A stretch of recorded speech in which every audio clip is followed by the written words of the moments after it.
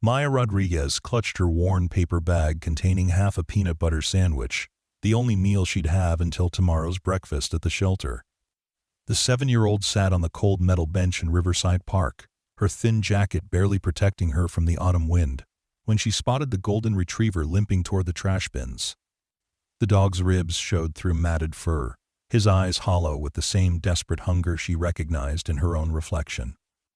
Without hesitation, Maya tore her sandwich in half and placed it gently on the cracked pavement. What happened next would prove that sometimes the smallest acts of kindness create the biggest miracles. Because the man jogging past wasn't just any ordinary runner, he was someone whose 4 simple words would transform not just Maya's life, but the entire community around her. Before we carry on, please hit the subscribe button for more real, emotional, life-changing stories like this, and let me know where you are watching from in the comments. The morning sun cast long shadows across Riverside Park as Maya Rodriguez made her way to her favorite bench near the old oak tree. The 7-year-old had discovered this quiet corner 3 weeks ago when she first arrived at the Riverside Children's Shelter with her grandmother Carmen. The bench offered a perfect view of the joggers, dog walkers, and families who frequented the park, providing Maya with endless entertainment during the long hours between breakfast and the shelter's mandatory afternoon activities. Maya carefully unwrapped the brown paper bag that contained her lunch, a half sandwich made from the shelter's donated bread, and the last remnants of a jar of peanut butter that had seen better days. Her small fingers traced the edges of the sandwich as she divided it mentally, a habit she'd developed over the past month. Half now, half saved for later, just in case dinner didn't stretch far enough or if Grandma Carmen forgot to eat again.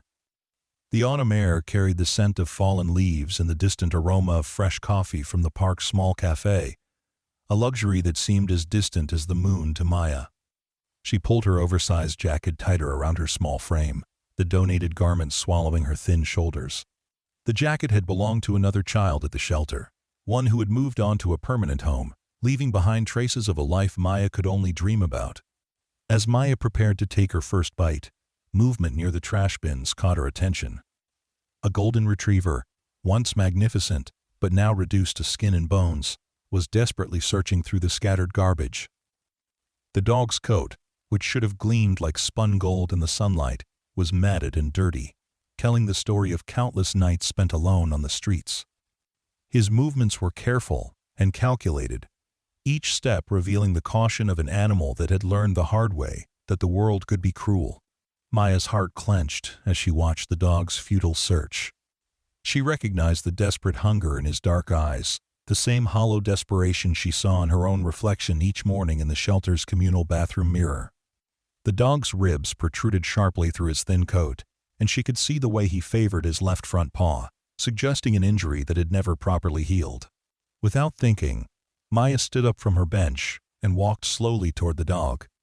She had always possessed an intuitive understanding of wounded creatures, perhaps because she recognized something of herself in their suffering. The dog looked up at her approach, his tail tucked low, ready to bolt if this small human proved to be another source of disappointment or pain. "Hey there, boy," Maya whispered softly, crouching down to make herself less intimidating. "You're hungry, aren't you?" The dog's ears perked up slightly at the gentle tone of her voice, but he remained wary, his body language screaming of past betrayals and broken promises. Maya could see the intelligence in his eyes, the remnants of a dog who had once been loved and cared for before circumstances beyond his control had left him to fend for himself on the unforgiving streets. Maya looked down at her sandwich, then back at the dog. She knew that giving away half her food meant she might go to bed with an empty stomach that night, but the thought didn't deter her. In her short life, Maya had learned that hunger was bearable, but watching another creature suffer when you had the power to help was not. She carefully tore her sandwich in half, the peanut butter stretching between the 2 pieces before finally breaking apart. The dog watched her movements with intense focus, hope beginning to flicker in his tired eyes. Maya placed half of her sandwich on the ground, several feet away from the dog, giving him space to approach without feeling cornered. "It's okay," she said softly, backing away slowly. "It's for you." The dog looked between Maya and the food, his natural caution warring with his desperate hunger. Finally, need one out over fear. And he crept forward, snatched the sandwich, and retreated to a safe distance to eat. Maya smiled as she watched him devour the food, his tail giving the slightest wag of gratitude. As Maya settled back on her bench with her remaining half sandwich, she failed to notice the jogger who had stopped on the running path, hidden partially behind a large elm tree. Alexander Hawthorne, CEO of Hawthorne Industries, and one of the city's most prominent philanthropists, had been in the middle of his morning run when the scene unfolded before him. He had watched in stunned silence as the obviously impoverished child had given away half of what appeared to be her only meal to a stray dog. Alexander had been jogging through Riverside Park for 3 years, using the peaceful environment to clear his mind before facing the daily pressures of running a multi-billion-dollar empire. That morning had been particularly stressful, with a board meeting that had gone late into the previous evening, and shareholders pressuring him to make cuts that would affect thousands of employees. He had hoped the run would help him find clarity, but instead, he found himself witnessing something that would challenge everything he thought he knew about generosity and sacrifice. At 38, Alexander had built his fortune through careful calculation and strategic thinking. Every decision was analyzed, every risk assessed, every outcome predicted with mathematical precision. Yet here was a child, no more than 7 or 8 years old, making a decision based purely on compassion without any thought of personal cost or future benefit. The simplicity and purity of her action struck him like a physical blow. He watched as Maya took a small bite of her remaining sandwich, chewing slowly to make it last longer. Her thin face lit up with joy as she observed the dog finishing his portion, his tail now wagging with genuine happiness for the first time in what was obviously weeks or months. The contrast between the child's obvious poverty and her generous spirit was both humbling and inspiring. Alexander found himself stepping out from behind the tree and walking toward the bench where Maya sat.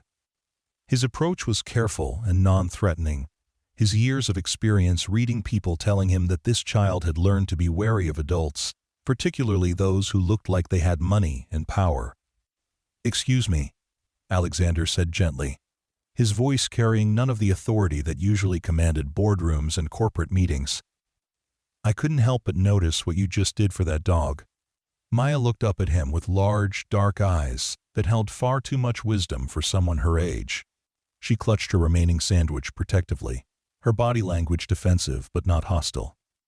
Alexander could see the way she assessed him, taking in his expensive running gear, his obviously well-maintained appearance, and the confidence that came from a life of privilege and security. "He was hungry," Maya said simply, her voice barely above a whisper. "Like me." Those 3 words hit Alexander with the force of a revelation.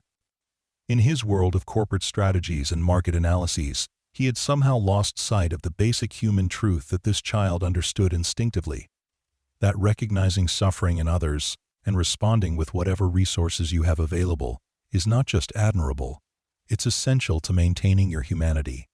Alexander knelt down beside the bench, bringing himself to Maya's eye level. Up close, he could see the signs of her difficult circumstances more clearly. Her clothes were clean, but obviously second-hand, her shoes were wearing thin at the soles, and her small hands showed the telltale signs of someone who had learned to be careful with every possession, because replacement was not guaranteed. "What's your name?" Alexander asked gently. "Maya," she replied, still wary, but sensing something different about this stranger. There was none of the false cheerfulness that many adults used when talking to children, none of the condescension that she had learned to expect from people who looked like they had never known what it felt like to go to bed hungry. "Maya, that was one of the kindest things I've ever seen anyone do," Alexander said, and he meant it. "Can I ask where you live?" Maya hesitated, uncertainty flickering across her features. She had been taught not to give personal information to strangers, but something about this man's genuine interest and respectful demeanor made her feel safe enough to answer. "At the shelter," she said quietly. "With my grandma Carmen. She takes care of me." Alexander felt his heart contract at the simple statement. He had passed the Riverside Children's Shelter countless times during his runs, a modest building that housed families who had fallen through the cracks of society's safety net. He had even made anonymous donations to the facility over the years, But those contributions had always been handled through his charitable foundation, keeping him at a safe distance from the reality of the people his behalf. Money was supposed to help. "How long have you been staying there?" Alexander asked carefully. 3 weeks, Maya replied, relaxing slightly as she continued to sense no threat from this stranger.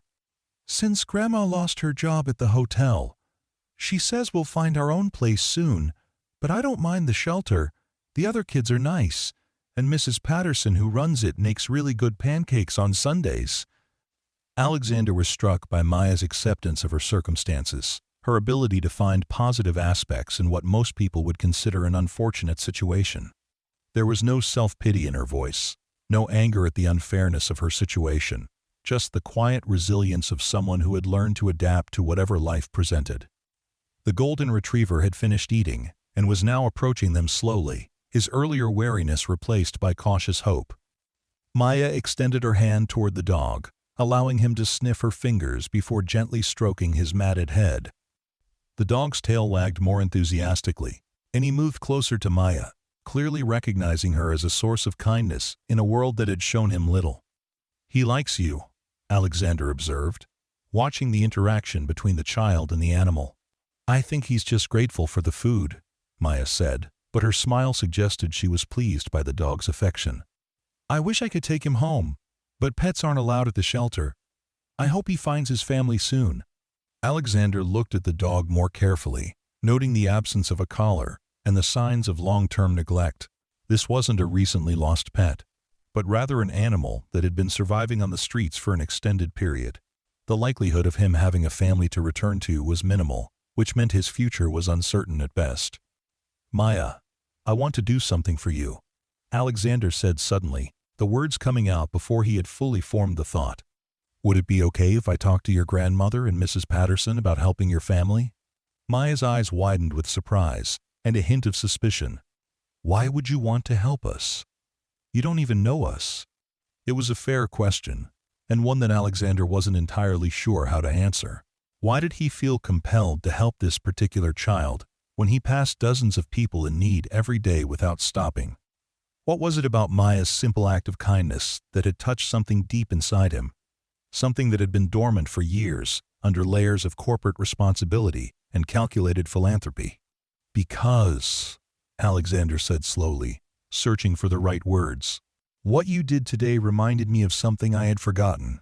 Sometimes the most important thing we can do is help someone else, even when we don't have much to give ourselves. You taught me something today, Maya, and I didcha like to return the favor." Maya studied his face intently, her young mind trying to process this unexpected turn of events. She had learned to be cautious about adults who made big promises, having seen too many children at the shelter get their hopes up, only to be disappointed when those promises failed to materialize. "What kind of help?" she asked carefully. "Well, first, I'd like to make sure you and your grandmother have enough food, so you don't have to choose between eating and helping others," Alexander said. "And then, maybe we can talk about finding you a more permanent place to live." Maya's breath caught in her throat. The possibility of having her own room again, of not having to worry about whether there would be enough food for dinner, seemed too good to be true. But there was something in this man's eyes that made her believe he was different from the well-meaning adults who had made empty promises before. "Would we still be able to visit the other kids at the shelter?" Maya asked, her concern for others evident even in this moment of potential personal gain. Alexander smiled, the first genuine smile he had felt in weeks. "Of course. In fact, I think we should make sure all the kids at the shelter have what they need." As they talked, more details of Maya's story emerged.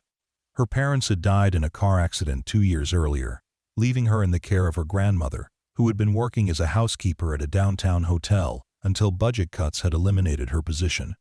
Carmen Rodriguez had spent her savings trying to keep their small apartment while searching for new employment, but the combination of her age and limited English had made finding work difficult. Rather than burden her friends or compromise Maya's schooling by moving away from the district, Carmen had swallowed her pride and sought help from the shelter system. "Grandma cries sometimes when she thinks I'm asleep," Maya confided, her voice barely audible. "She says it's her fault we lost our home, but it's not. She does her best, and she loves me so much. I just wish I could help her more." Alexander felt a tightness in his chest as he listened to Maya's matter-of-fact recounting of their struggles. Here was a child who should be worried about homework and playground politics, instead carrying the emotional burden of her family's financial crisis. Yet rather than becoming bitter or angry, she had channeled her pain into empathy for others, as evidenced by her treatment of the stray dog. "Maya, I want you to know that what happened to your family isn't anyone's fault," Alexander said gently. "Sometimes life presents us with challenges that are beyond our control. What matters is how we respond to those challenges, and you and your grandmother have responded with grace and dignity." The golden retriever had settled down next to Maya's feet, his head resting against her leg. She stroked his fur absently as she processed Alexander's words, her young mind trying to reconcile this stranger's kindness with her experience of a world that often seemed indifferent to suffering. "Are you really going to help us?" Maya asked, vulnerability creeping into her voice for the first time in their conversation. Alexander looked into her hopeful eyes and felt the weight of responsibility settle on his shoulders. He had built his reputation on keeping his word, on following through on commitments no matter how challenging they proved to be. This situation was different from any business deal he had ever negotiated, but the principles remained the same. If he made a promise to this child, he would move heaven and earth to keep it. "Yes, Maya, I am," Alexander said firmly. "But first, I need to meet your grandmother and make sure she's comfortable with accepting help from a stranger. Would you be willing to introduce us?" Maya nodded eagerly, her earlier caution giving way to cautious optimism. She gathered the remains of her lunch and stood up from the bench, the golden retriever rising with her. The dog seemed reluctant to leave her side, as if he sensed that she was his best hope for continued kindness in an otherwise harsh world. "What about him?" Maya asked, looking down at the dog. "Can we help him too?" Alexander followed her gaze to the animal, seeing not just a stray dog, but a symbol of all the forgotten and abandoned creatures in the world who needed someone to care about their welfare. "I think we can figure something out," he said. As they walked together toward the shelter, Alexander found himself viewing the familiar neighborhood through completely different eyes. The buildings he had jogged past hundreds of times suddenly revealed themselves as home to real people with real struggles, not just abstract concepts in his charitable giving reports. The small businesses that lined the streets weren't just economic units in his market analyses, but sources of employment and community gathering places for families like Maya's. Maya chattered softly as they walked, pointing out landmarks that had become important to her during her short time in the neighborhood. The corner store where Mrs. Chen sometimes gave dialed pastries to the shelter kids. The library where she spent hours reading when the shelter became too crowded or noisy. The small park where she had first seen the golden retriever 2 weeks earlier, already thin and obviously struggling. "I tried to catch him that first day," Maya explained. "But he was too scared. I started bringing extra food when I could, leaving it where I thought he might find it. I think that's why he was near the trash cans today, because he was looking for the sandwich I left yesterday." Alexander was amazed by Maya's systematic approach to helping the dog, her young mind developing strategies for providing care within her limited means. She'd been conducting her own charitable operation, using whatever resources she could spare to make a difference in another creature's life. The Riverside Children's Shelter was a modest 2-story building that had once been a small office complex before being converted to its current purpose. The exterior was clean but showed signs of constant use and limited maintenance budgets. A small playground occupied the side yard, populated with equipment that was safe and functional, but clearly secondhand. Despite its humble appearance, the building radiated warmth and care, suggesting that while resources might be limited, love and attention were abundant. Maya led Alexander through the front entrance, past a reception area where a middle-aged woman with kind eyes looked up from her paperwork. This was clearly Mrs. Patterson, the shelter administrator Maya had mentioned, and her face lit up with genuine affection when she saw Maya approaching. "Maya, sweetheart, you're back early from the park," Mrs. Patterson said, then noticed Alexander behind her. Her expression became more cautious, the protective instinct of someone responsible for vulnerable children automatically engaging when faced with an unknown adult. "Mrs. Patterson, This is Alexander, Maya said, her voice carrying excitement she was trying to contain. He wants to help us, and Grandma Carmen too. Can we call her down to meet him? Mrs. Patterson studied Alexander carefully, taking in his expensive athletic wear, his confident bearing, and the genuine interest in his eyes as he looked around the shelter's common area. She had been running the shelter for 15 years, and had developed a keen ability to distinguish between people who wanted to help and those who were motivated by less altruistic purposes. I'm Alexander Hawthorne, he said, extending his hand to Mrs. Patterson. I witnessed Maya perform an extraordinary act of kindness in the park today, and I'd like to discuss how I might be able to help her family and your facility. Mrs. Patterson's eyebrows rose slightly at the mention of his name. Even someone who didn't follow business news closely would recognize the Hawthorne name, associated as it was with one of the city's largest companies and most prominent philanthropic families. She shook his hand while her mind raced through the implications of having such a high-profile person standing in her lobby. Mr. Hawthorne, I'm honored to meet you, Mrs. Patterson said carefully. Maya is one of our special children, and her grandmother Carmen is a wonderful woman. They've been through some difficult times, but they've handled everything with remarkable strength. That's exactly what I observed today, Alexander replied. Maya's compassion, in the face of her own challenges, was truly inspiring. I'd very much like to meet Carmen and discuss how I might be able to assist their family. Mrs. Patterson nodded slowly, her protective instincts gradually giving way to cautious optimism. She had seen too many well-meaning offers of help fail to materialize, leaving families with raised hopes and deeper disappointment. But there was something about Alexander's demeanor that suggested genuine commitment rather than empty gestures. Carmen is in the communal kitchen helping prepare lunch, Mrs. Patterson said. Maya, why don't you take Mr. Hawthorne there while I make a phone call?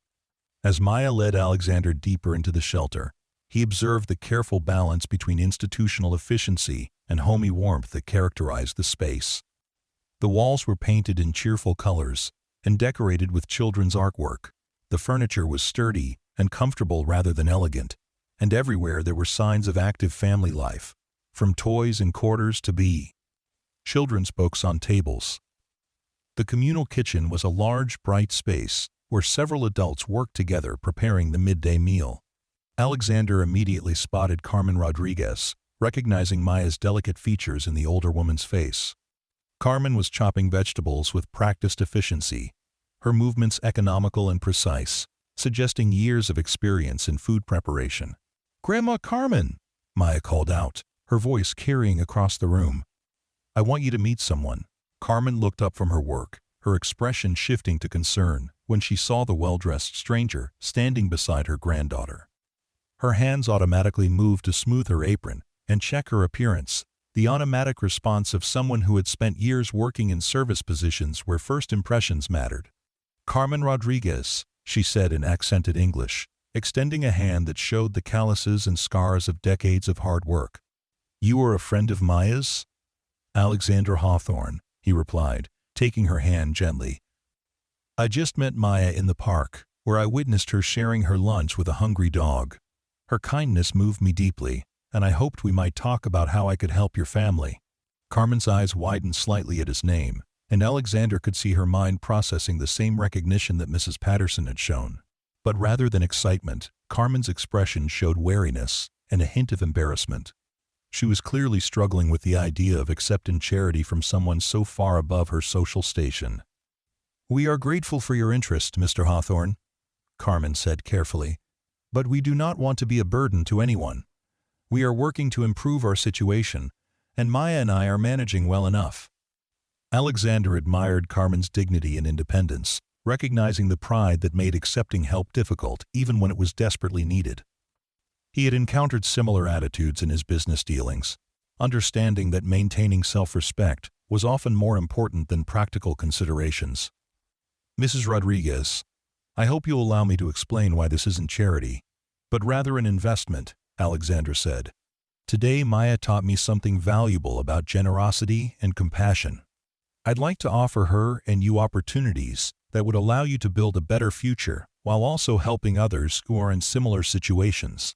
Carmen studied his face intently, her years of experience with people telling her that this man was different from others who had made promises in the past. There was no condescension in his manner, no suggestion that he viewed them as objects of pity, rather than individuals deserving of respect. "What kind of opportunities?" Carmen asked, her protective instincts for Maya evident in every word.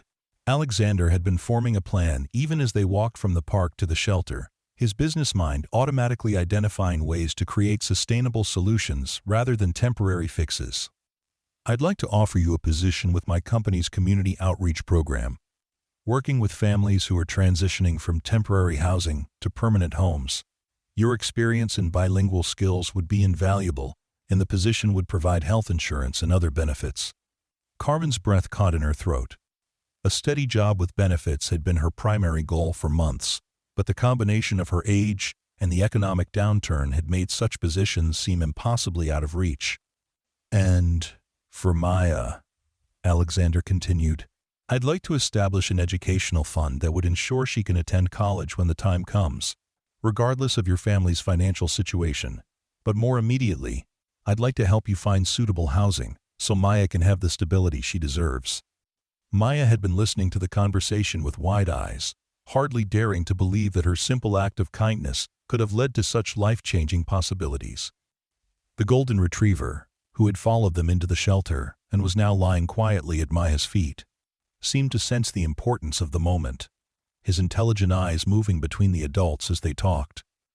"This is very generous, Mr. Hawthorne," Carmen said slowly, "but I must ask why you would do this for strangers." Alexander considered the question carefully, wanting to give an honest answer that would help Carmen understand his motivations. "Mrs. Rodriguez, I've been successful in business, but I've also become somewhat disconnected from the reasons why success matters. Today, Maya reminded me that the measure of a person isn't what they have, but what they're willing to share. I want to create opportunities for your family not just because you need help, but because I believe Maya has the potential to make a significant positive impact on the world. This is as much an investment in society's future as it is assistance for your present circumstances." Carmen looked at her granddaughter, seeing the hope and excitement Maya was trying to contain, then back at Alexander. The sincerity in his eyes and the practical nature of his proposals suggested that this was not an impulsive gesture that would be forgotten by tomorrow, but a genuine commitment backed by the soul. Resources to follow through. "If we accept your help," Carmen said slowly, "it would be with the understanding that we will work hard to prove worthy of your investment. Maya and I do not wish to be dependent on anyone's charity indefinitely." "I wouldn't expect anything less," Alexander replied. "In fact, I'm hoping that once your family is stable, you might consider helping other families who are facing similar challenges. Your experience and Maya's natural compassion could make a real difference in other people's lives." Mrs. Patterson appeared in the doorway of the kitchen, having completed her phone call and wanting to check on the progress of this unexpected meeting. She could see from the body language of all involved that something significant was being discussed, and her experienced eye noted the hope beginning to shine in Carmen's face. "Mrs. Patterson," Alexander said, turning to include her in the conversation, "I'd also like to discuss establishing a more formal partnership between my foundation and the shelter. I believe there are ways we could expand your capacity to help families, while also creating job training and placement programs that would benefit the entire community." Mrs. Patterson felt her heart begin to race with excitement. For years, she had operated the shelter on a shoestring budget, constantly worried about funding shortfalls and the growing number of families needing assistance. The possibility of having a reliable, well-funded partner could transform not just the shelter's capabilities, but the Seabury lives of hundreds of families. "Mr. Hawthorne, we would be honored to work with your foundation," Mrs. Patterson said. "We have so many ideas for programs that could help, but we've never had the resources to implement them." As the adults continued discussing practical details, Maya found herself overwhelmed by the rapid pace of change in her circumstances. Less than 2 hours ago, she had been sitting on a park bench with half a sandwich, worried about whether there would be enough food for dinner. Now adults were talking about college funds and permanent housing and job opportunities that seemed to promise a completely different future. The golden retriever sensed Maya's emotional state and pressed closer to her, offering the simple comfort of his warm presence. Maya stroked his head absently, finding strength in the quiet companionship of another creature who understood what it meant to be vulnerable and dependent on the kindness of others. "What about him?" Maya asked suddenly, interrupting the adult conversation. "If we get our own place, can he come with us?" Alexander looked down at the dog, who seemed to understand he was being discussed, and wagged his tail hopefully. "I think that could be arranged," Alexander said. "But first, we should take him to a veterinarian to make sure he's healthy and see if he has a microchip that might help us locate his original family." Over the next hour, the foundations of a comprehensive plan began to take shape. Alexander would work with Mrs. Patterson to arrange temporary housing for Carmen and Maya while they looked for a permanent home. Carmen would begin working with Hawthorne Industries Human Resources Department to complete the hiring process for her new position.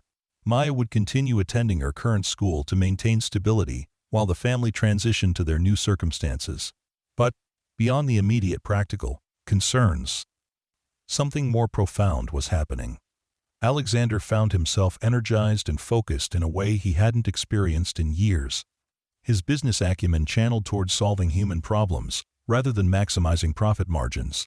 Carmen began to allow herself to hope that the cycle of poverty and insecurity that had trapped her family might finally be broken, and Maya, with the resilience and adaptability of childhood, began to envision a future where helping others wouldn't require choosing between compassion and survival. As the meeting concluded, Alexander exchanged contact information with both Mrs. Patterson and Carmen, promising to begin implementing their plans within the week.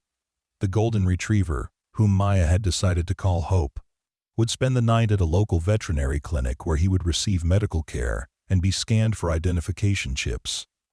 "Maya," Alexander said as they prepared to part ways, "I want you to know that what you did today mattered more than you can possibly understand. Your kindness changed not just my day, but my entire perspective on what's important in life." Maya looked up at him with eyes that seemed older than her 7 years, wisdom born of hardship but not hardened by bitterness. "My mom used to say that sharing what you have makes it worth more, not less," she said quietly. I think she was right. As Alexander walked back toward his car, he reflected on the morning's events and their larger implications. In a few hours, a chance encounter in a park had transformed from a routine morning jog into a commitment that would affect multiple lives for years to come. But more than that, it had reminded him of fundamental truths about human nature and social responsibility that had somehow gotten lost in the complexity of corporate life. He thought about the board meeting from the previous evening, where executives had debated cost-cutting measures that would save the company millions while eliminating jobs for thousands of workers. The same mathematical precision that made those decisions seem logical suddenly appeared coldly calculating when contrasted with Maya's instinctive generosity.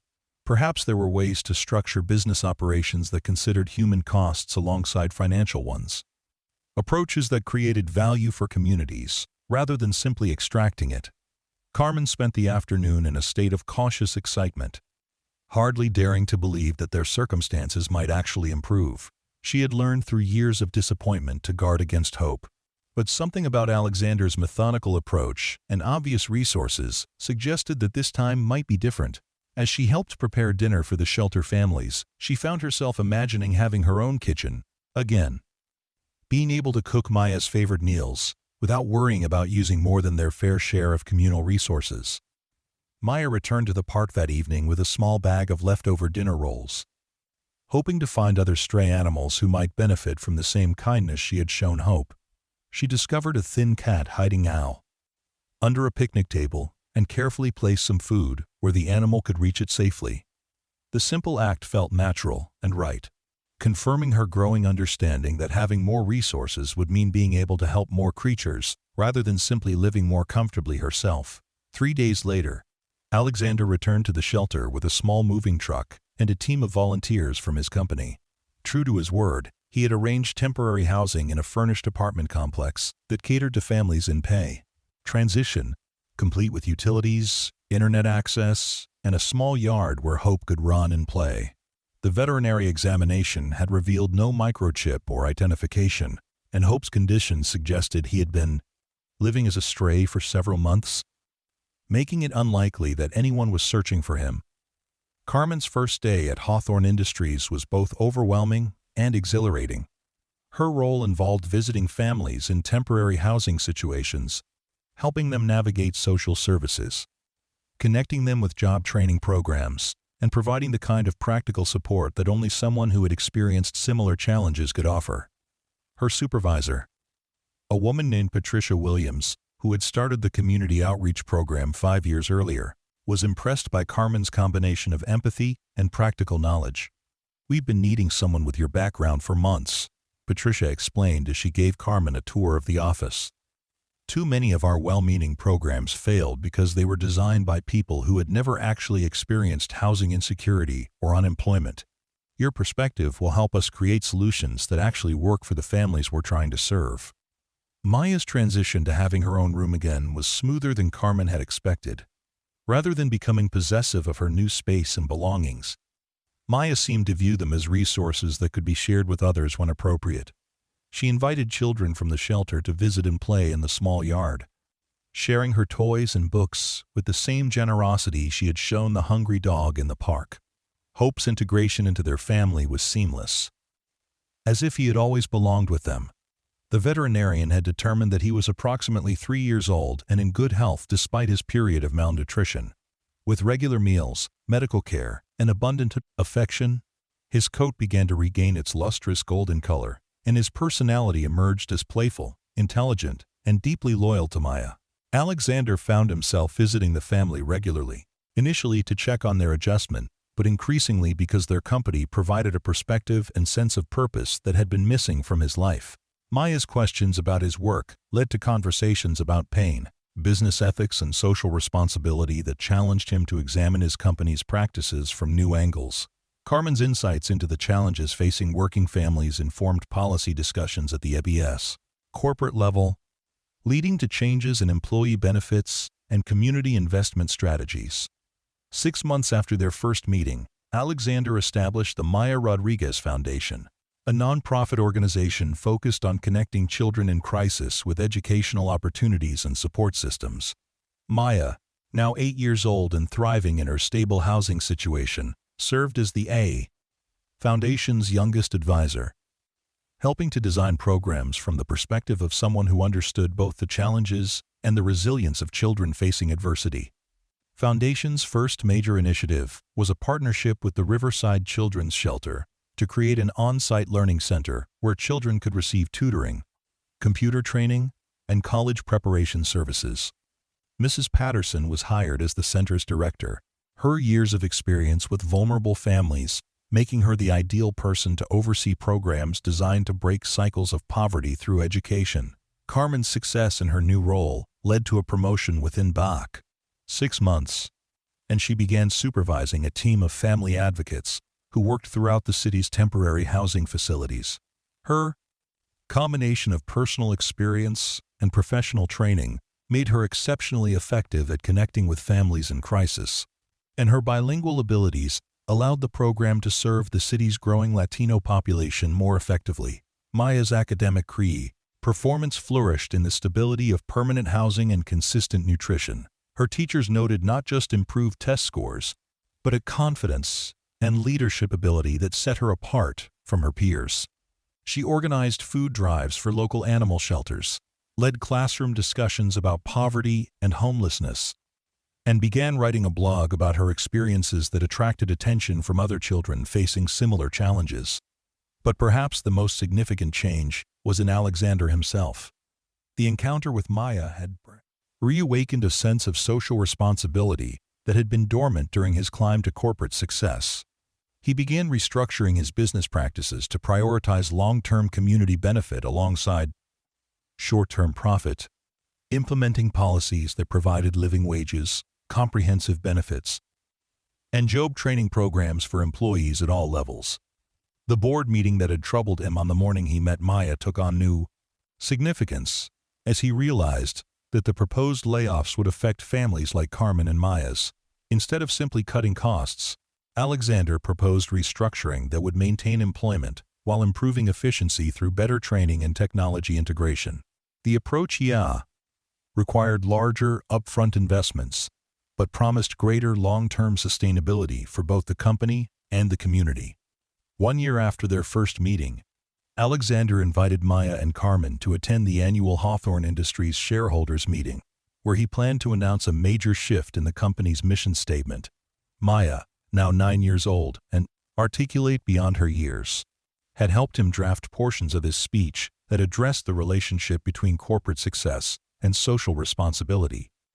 "Our shareholders expect us to generate profits," Alexander told the assembled investors, "but Maya Rodriguez taught me that true success is measured not just by what we accumulate, but by what we share.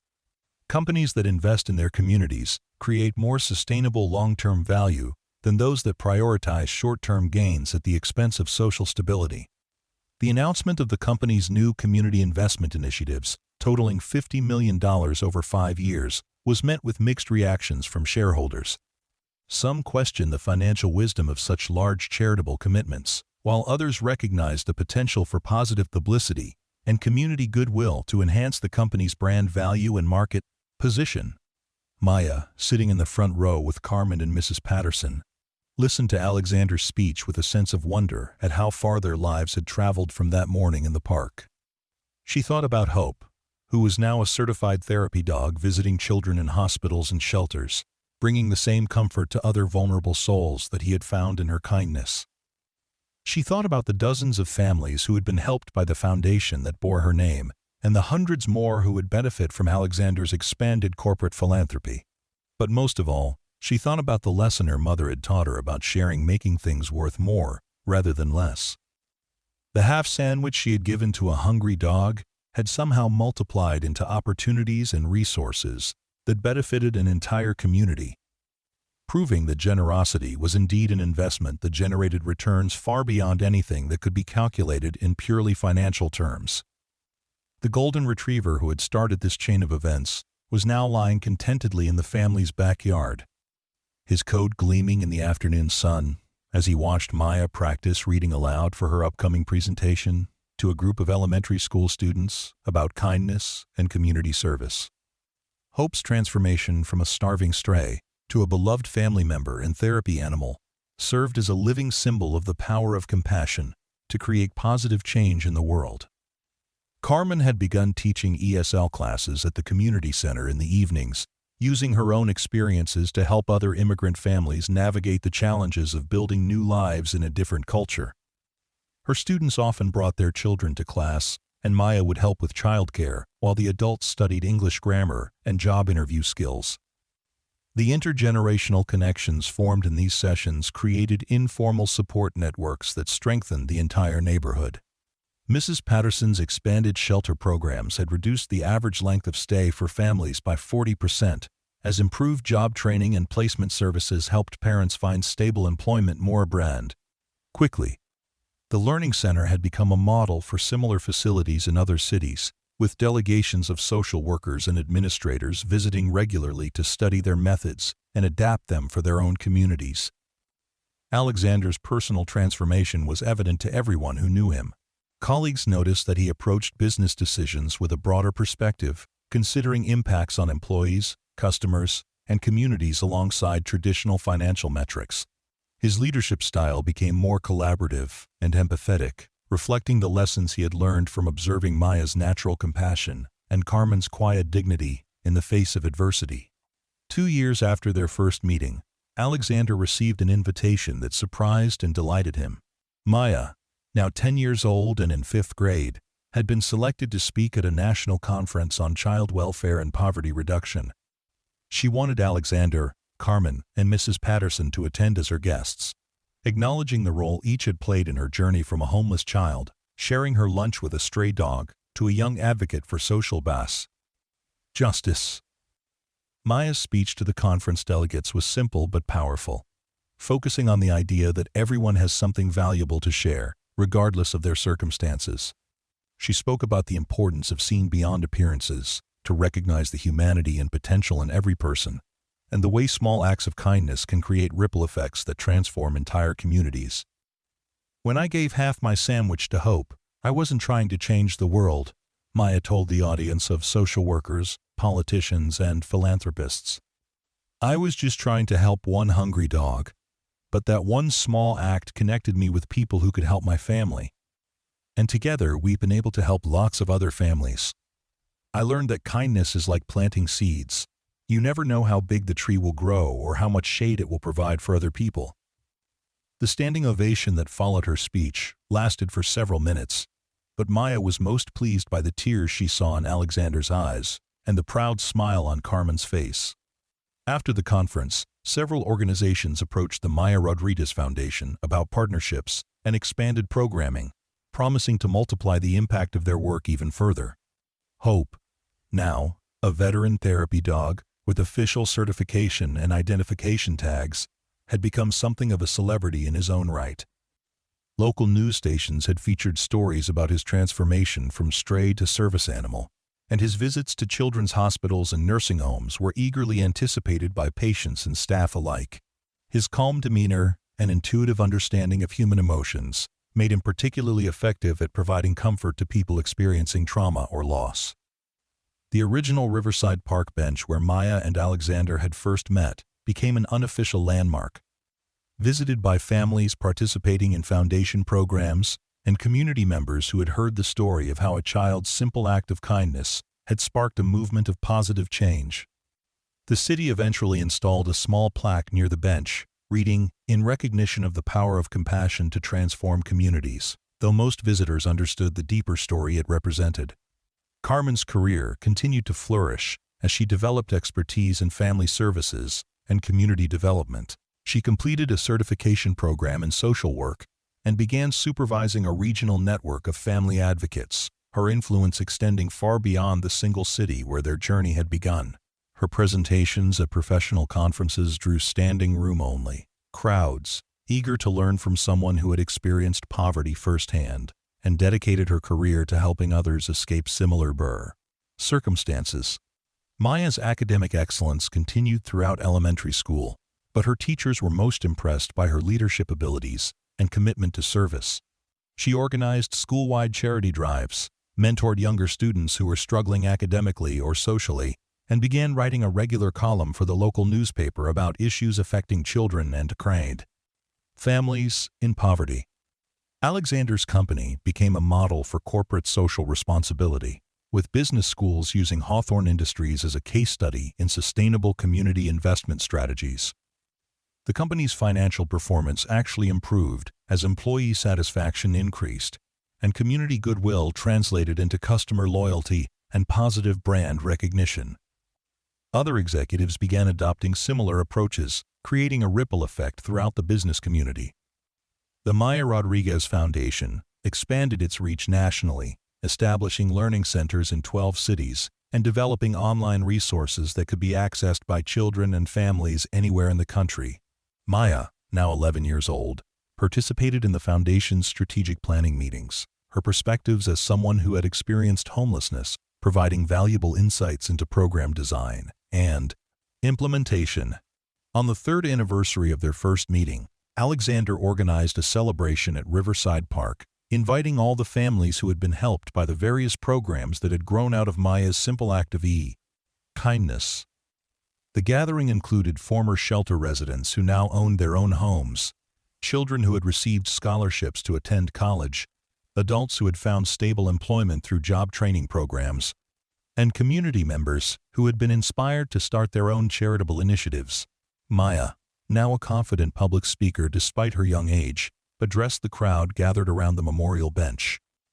3 years ago, I was hungry and scared and didn't know if my grandma and I would ever have a home again, she said. But I also knew that there was a dog who was hungrier than I was, and sharing my food with him felt like the right thing to do. I didn't know that Mr. Alexander was watching, or that he would want to help us, or that helping us would lead to helping so many other people. She paused, looking out at the faces of families whose lives had been touched by the programs that had grown from that moment. What I learned is that kindness is the most powerful thing any of us have, no matter how little we think we have to offer. When we share kindness, it grows and spreads, and creates more kindness in other people. That's how we change the world, one act of compassion at a time." End quote. Hope, now a senior dog but still vital and engaged, sat beside Maya throughout her speech, his presence a living reminder of where their journey had begun. After the formal remarks concluded, children from the various programs played together in the park, while adults shared stories of their own transformations and connections formed through the Foundation's work. Carmen watched the celebration with quiet satisfaction, remembering the desperation and fear she had felt 3 years earlier when she first brought Maya to the shelter. The stable employment, comfortable housing, and sense of purpose she now enjoyed felt like gifts beyond anything she could have imagined during those dark months of unemployment and uncertainty. Alexander found himself reflecting on the profound changes in his own life and perspective. The corporate executive who had jogged through this same park 3 years earlier, focused primarily on profit margins and market share, had evolved into someone who understood that true success required balancing financial goals with social responsibility. The lesson Maya had taught him about the value of sharing had transformed not just his personal philosophy, but the culture and practices of his entire organization. Mrs. Patterson, now director of a nationally recognized model program for family services, credited Maya's example with inspiring many of the innovations that had made their work so successful. Maya showed us that children aren't just recipients of charity, but partners in creating solutions, she explained to a group of visiting social workers. When we started including children's perspectives in our program design, everything improved because they understand their own needs and have insights that adults often miss. As the celebration continued into the evening, Maya found a quiet moment to sit on the original bench with Hope beside her. She thought about all the changes that had occurred since that morning when she had shared her sandwich with a hungry dog, marveling at the interconnected web of relationships and opportunities that had grown from such a simple brain. Beginning. The young girl approached the bench hesitantly, clearly new to the area and uncertain about joining the celebration. Maya recognized the signs of recent hardship in the child's appearance and demeanor, remembering her own early days at the shelter when everything felt overwhelming and uncertain. "Hi," Maya said gently, making room on the bench. "I'm Maya. What's your name?" "Sarah," the girl replied quietly. "My mom and I just moved to the shelter yesterday. She said there was a party in the park, but I don't know anyone here." Maya smiled, remembering her own feelings of isolation and uncertainty during the early days of her family's crisis. "I lived at the shelter too, when I first came here," she said. "Mrs. Patterson is really nice, and there are lots of great kids there. Would you like me to introduce you to some of them?" Sarah nodded eagerly, relief evident in her expression at finding someone who understood her situation. As Maya led her new friend toward a group of children playing nearby, Hope followed along, his therapy dog instincts recognizing another child who could benefit from gentle, non-judgmental companionship. Alexander watched this interaction from across the park, struck by the way Maya's compassion continued to express itself naturally in new situations. The child who had shared her sandwich with a stray dog was now sharing her social connections and sense of belonging with another child facing similar challenges, demonstrating that the lessons of generosity and empathy had become integral parts of her character. Carmen observed the same scene, feeling proud of the young woman her granddaughter was becoming. Maya's academic achievements and public recognition were gratifying, but her continued commitment to helping others despite her improved circumstances was the truest measure of her character development. As the park celebration wound down and families began heading home, Maya lingered near the memorial bench with Hope, Alexander, Carmen, and Mrs. Patterson. The 5 of them, along with Sarah, who had attached herself to their group, represented the core relationships that had grown out of that pivotal morning 3 years earlier. "You know what I think is the most amazing part of this whole story?" Maya said, looking around at the faces of people who had become her extended family. "It's not that sharing my sandwich led to all these good things happening. It's that sharing made me feel good even before I knew anything good would come from it. That feeling of helping someone else. That's the real reward. Everything else is just bonus." End quote. Alexander nodded, understanding exactly what she meant. The satisfaction he derived from the Foundation's work and his company's community investments wasn't primarily about recognition or even results, but about the alignment between his actions and his values that Maya had helped him rediscover. "That's the secret ingredient in everything we've accomplished," Mrs. Patterson added. "When people help others because it feels right, rather than because they expect something in return, the help is more effective and more sustainable. Recipients can sense the difference between genuine compassion and charity that comes with strings attached." End quote. Carmen squeezed Maya's hand, remembering all the times over the past 3 years when she had watched her granddaughter choose kindness, even when it required personal sacrifice. "Your mother would be so proud of the person you're becoming, Mija," she said softly. "She always said that the best way to honor our blessings is to become a blessing for others." As they prepared to leave the park, Sarah tugged on Maya's sleeve. "Can I ask you something?" she said quietly. "How did you know things would get better when you were at the shelter?"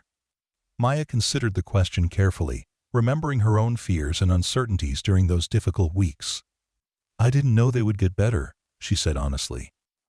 "But I knew that even when things were really hard, I could still do small things to help other people or animals who needed help.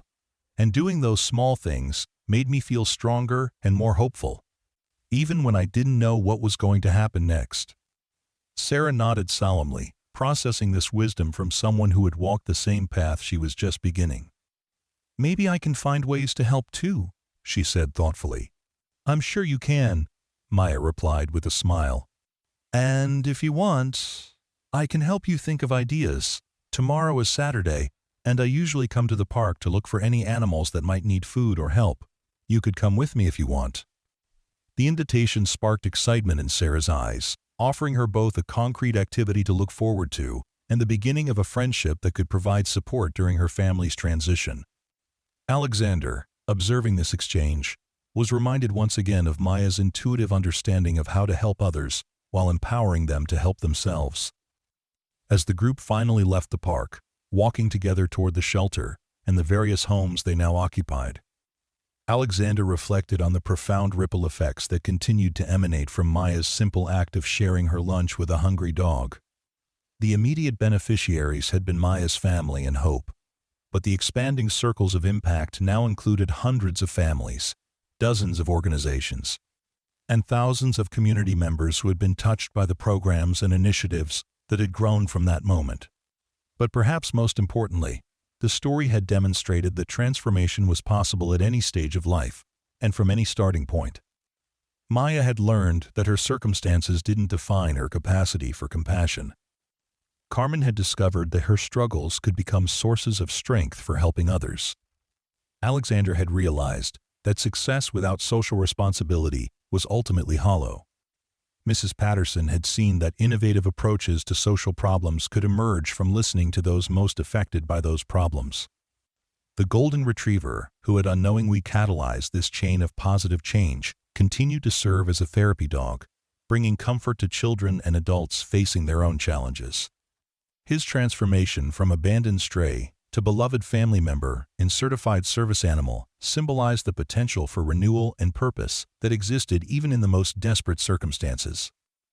6 months later, Sarah had indeed become one of Maya's closest friends and collaborators in their informal animal rescue efforts around the park. Sarah's family had successfully transitioned to stable housing, with help from the programs Maya had helped inspire. And Sarah had begun speaking to other children about her own experiences, continuing the cycle of peer support that had become a hallmark of the Foundation's approach. Maya, now 12 years old and in 7th grade, had been accepted into a prestigious academic program for gifted students, but she had negotiated with the school administration to maintain her volunteer commitments and continue her advocacy work. Her teachers had learned to incorporate her real-world experiences into classroom discussions about social studies, economics, and civic responsibility, enriching the educational experience for all BAS students. The Maya Rodriguez Foundation had grown into a multi-million-dollar organization with professional staff, board oversight, and programs in 23 cities. But Maya remained actively involved in strategic planning and program evaluation, her perspectives as a former program beneficiary, ensuring that the foundation stayed connected to the real needs of the families it served. Alexander's transformation had been complete enough that business publications now featured him as an example of enlightened corporate leadership, someone who had successfully balanced profitable business practices with meaningful social impact. His company's employee satisfaction ratings were among the highest in their industry, and their community investment programs had become a recruitment tool for attracting talented workers who wanted to be part of an organization with a clear social mission. Carmen had been promoted to Regional Director of Family Services, overseeing programs across multiple states and training other professionals who worked with families in crisis. Her bilingual abilities, combined with her personal experience and professional expertise, made her a sought-after consultant for organizations seeking to improve their cultural competency and effectiveness with diverse populations. Mrs. Patterson had been invited to testify before Congress about innovative approaches to addressing child homelessness, carrying Maya's insights about the importance of maintaining dignity and hope even in difficult circumstances to the highest levels of policymaking. The Learning Center model she had developed was being replicated in communities across the country, with federal funding supporting expansion to rural areas that had previously lacked such resources. Hope, now an elder statesman among therapy dogs, had trained several younger dogs who carried on his work in hospitals and schools throughout the region. His calm presence and intuitive understanding of human emotional needs had made him a favorite among both the staff and patients at the Children's Hospital, where he spent most of his volunteer hours. The simple park bench, where Maya and Alexander had first met, had become a pilgrimage site of sorts for people inspired by their story. Families participating in foundation programs often brought their children to see the spot where kindness had sparked a movement, using the location to discuss the importance of compassion and community service. As Maya approached her 13th birthday, she began working on a book about her experiences, hoping to inspire other young people to recognize their own capacity for creating positive change. The book would weave together her personal story with profiles of other children who had overcome adversity and dedicated themselves to helping others, demonstrating that age and circumstances need not limit one's ability to make a meaningful impact. The golden retriever who had started it all continued to live contentedly with Maya and Carmen. His presence, a daily reminder of the interconnectedness of all living things and the power of compassion to transform even the most challenging circumstances. His story, from abandoned stray to beloved family member and certified therapy animal, paralleled the transformations that had occurred in the human lives he had touched, proving that redemption and renewal were possible for all creatures willing to accept and offer love. On quiet evenings, Maya would often sit in their backyard with Hope beside her, reflecting on the journey that had brought them from a park bench and a shared sandwich to a life filled with purpose, security, and opportunities to Maya's help others. She understood now that her mother's words about sharing, making things worth more rather than less, had contained a profound truth about the nature of abundance and the source of true wealth. The story that had begun with a hungry child and a starving dog had evolved into a testament to the power of compassion to create ripple effects of positive change that extended far beyond the original act of kindness. It demonstrated that generosity was not dependent on having excess resources, but rather on recognizing the common humanity that connected all people and the responsibility that came with that recognition. Maya's simple decision to share her lunch with a hungry dog had indeed changed everything. Not through magic or coincidence, but through the fundamental truth that kindness, once offered freely, has the power to multiply and spread, creating expanding circles of hope, opportunity, and transformation that can ultimately change the world, one compassionate act at a time.